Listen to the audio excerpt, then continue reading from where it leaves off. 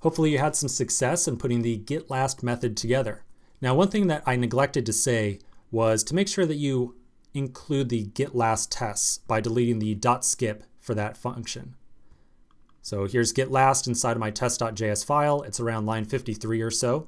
So remember to remove the .skip on here. My apologies. I will definitely try to remember to remove the .skip in the future.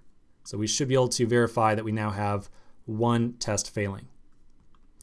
Okay, so let's think about a solution here. Back inside of my index.js file, I'm still inside of the linked list class, and I'm down towards the bottom. We've definitely got a pretty good number of functions in here, and we will definitely get many more before we're done.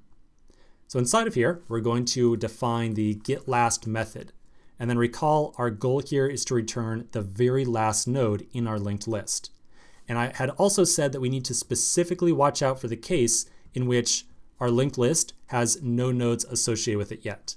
So I think that we'll handle that case right away. We'll handle the case in which we have no nodes. So to do so, we can put together a very simple if statement. We'll say if there is no head element, then just return null right away. So if there's no node, hey, let's get out of here. We're done here. Nothing else. Otherwise, we want to continue inside of the method and do a little bit of work. So to iterate through our linked list and get to the last node, we're going to use the same iteration technique that we used before on the size method up here. So we're going to get a reference to the current node, and then we will iterate through the node, and as long as there is one, we'll continue with the while loop.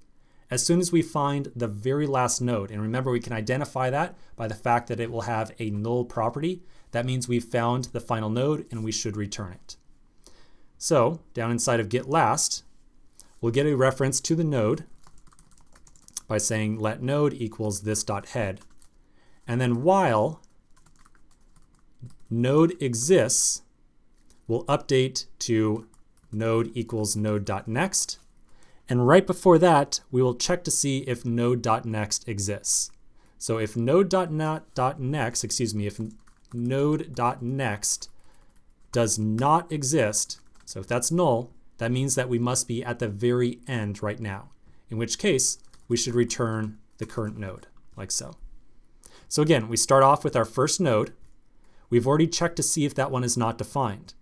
We then enter the for loop, because the first time around, node will always be defined. We then look at this node's next property. If it is not defined, then we immediately return the current node. Otherwise, we update the node variable to the next one in our chain, and then go through the while loop again. So let's check our tests and see how we're doing. Over here, we got 7 tests passing. Awesome. So this was another one that's going to use this same iteration style to look through a linked list.